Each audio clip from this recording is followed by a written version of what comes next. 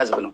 ማንም ግመል ግን እነሱ አሮጋንት ባይሆኑ አሮጋንት ነው የሚላቸው። የኤርትራን መንግስታቶች አሮጋንት ነው የሚላቸው። ሲጠራቸው ራሱ እንደ ሰው አይቆጥራቸው። አሮጋንት መንግስት ነው የሚለው። በጭፍጨፋው ራሱ ጄኖሳይድ ብሎ የሚጠራቸውና አሮጋንት ብሎ የሚጠራቸው ራሱ ነው። አሁን ደግሞ ገብቶ ፕሬዚዳንቱን የፖለቲካውን ያበላሸባቸው ደግሞ እንደገና እሱ ነው። የሆነ ኬላ ላይ ሄዶ ቦርደር ላይ ድልድይ ላይ ቆሞ ፎቶ ተነስቶ የሁለቱ ሀገሮች ድልድይ ተሰበረ። ጤራ ፖለቲካ ምን አገባን እኛ? አሁን ኢትዮጵያ ምን አገባ? 120 ሚሊዮን ህዝብ ምን አገባው? በዚህ ምንድን ነው ለእኛ አጀንዳችን? ድልድይ ላይ መሄድ ምናምን። አሁን ደግሞ ትላንትና ደግሞ አንድ የሀውዜን ሴት አግኝቼ ከዛ እሷን አገኘኋትና ከዛ ለአመራሩ ሰጥቷል። አሩ ሲሪየስ ምን አገባን እኛ ብታገኝ? ምንድን ነው አሁን ለእሷ አጀንዳ መስጠት? አሁን አንድ ሴት ተገኘችና እሷን ለአመራር ሰጠውና ከዛ አጋጣሚ የነበረው ባለስልጣን ነበረ ለእሷ አስረከብኳትና ፕሪቴንድ ያበቃ ልክ አክት። ምንድን ነው አክቱ?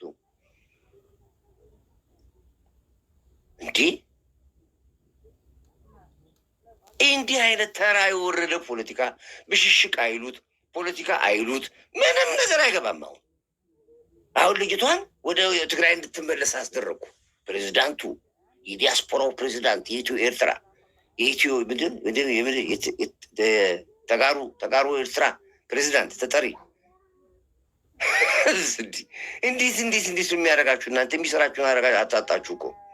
ምን አገባኝ ታዲያ? እኔ ባዶ ቤተክርስቲያን ደግሞ ቤተክርስቲያን አይታችሁ ታልኳለ ወፍ የለም እኮ ሰው ጸሎት አቁሟል። ኤርትራ ህዝብ አንድ ሰው የለም ከጀርባ አንድ ብቻውን ብሶ ያለው እና ያቺ አንድ ሴት አለች እዛ ጋር ነው። ፌክ ፕሮፓጋንዳ፣ ተራ የወደቀ ፕሮፓጋንዳ። ህፃን ልጅ አይሰራም እንደዚህ አይነት ፕሮፓጋንዳ። እንደ ሚዲያ ያመቅርቧል።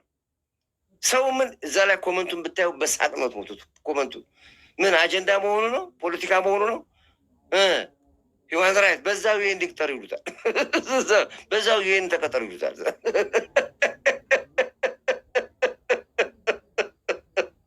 እዚህ ተቀጠሩ ሂውማን ራይት ገባ በዛው ሮባኩ መመረቂያ ጽሁፍ ነው ይጻፈባታል። አንዱ መመረቂያ ጽሁፍ የአክቲቪዝም መመረቂያ ጽሁፍ ሰራባታል በልጅቷ ላይ። ሀውዜን መታ እዚህ አግኝቻት በጦርነቱ እንዲህ ካደረግኳት በኋላ እሷን ይዤ አጋጣሚ የተመደበልኝ ትልቅ ባለስልጣን ለእሷ ሰጡ። ምን አይነት አሁን ምንድን ነው ምን ይጠቅማል? አሁን ህዝብ ልክ ይሄ ዩቲዩበሮች አሉ፣ የኛ ዩቲዩበሮች አሉ፣ አይታችኋል። ባልና ሚስቶችን ይዙና ምንም እኮ አይገባው የሴትዮዋና የሰውየውን ታሪክ አውጥቶ ያስወጣል። አደባባይ ላይ ማን ላይ አስተምር? የባለሽን ታሪክ አውጥተሽ በሚዲያ ላይ ለዩቱብ መነገጃ ታደርጊያለሽ።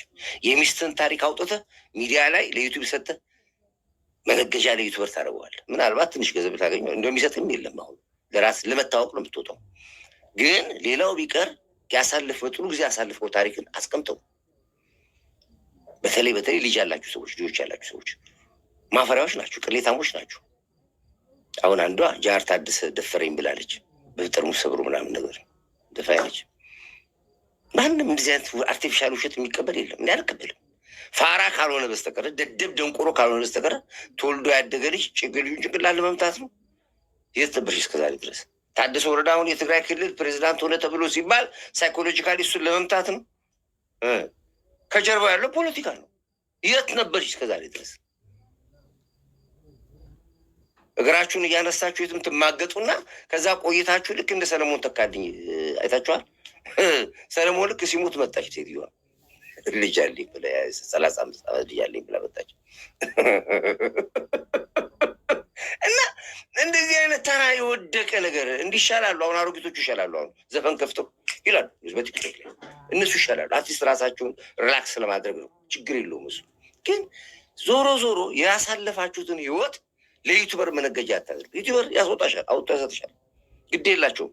ቶፒክ ብቻ ይሆንላቸው እንጂ እና አሁንም ይሄ አውጥቶ ከሀውዜ ምናምን ብለዋል። የኤርትራን ባለስልጣናቶች አሮጋንት ብለህ ከአንተ በላይ እየሰደበ ማንም የለም። ዛሬ ብታሞሳቻቸው ቆንጆች ናቸው፣ ጥሮች ናቸው፣ ተቀበሉኝ ብለህ ብትል ማንም አያምንም።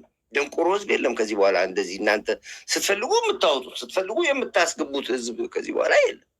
ይህን ያልከው አንተ ነህ። እኛ ላል እነሱ እንዳሰቡት ሲንጋፖር ነበር የሚሆኑት። ታታሪ ህዝብ ነው። በቃ ህዝቡ ታታሪ ሰራተኛ ህዝብ ነው። ማንም ግመል እየጠጣበት ያለው ነው። ግን እነሱ አሮጋንት ባይሆኑ፣ በኤርትራ በኩል ያለው መንግስታት አሮጋንት ባይሆኑ፣ የኤርትራ መንግስታት አሮጋንት ባይሆን ኖሮ አሰብን ይመልሱት ነበር ለኢትዮጵያ ነው የሚለው። ያውቃል እኮ እሱ ራሱ ያውቃል። የእሱ አለቆች ናቸው፣ እነ መለስ ዜናዊ ናቸው ፈርሞ የሰጡት። ዛሬ በአሰብ ጉዳይ ላይ አማራም ይሁን ኦሮሞም ይሁን አፋር፣ ጉራጌ መጠየቅ አልነበረበትም። የምንጠይቀው ህወሓትን ነበር። አንቀን የምንቀበለው እንደ ሰጣ አምጣት የምንለው ምክንያቱም ማንም አያውቅማ፣ እነሱ ናቸው የሚያውቁት። እንደ ሰጣ አምጣ ብለን አንቀን እንይዛቸው ነበር እነሱ።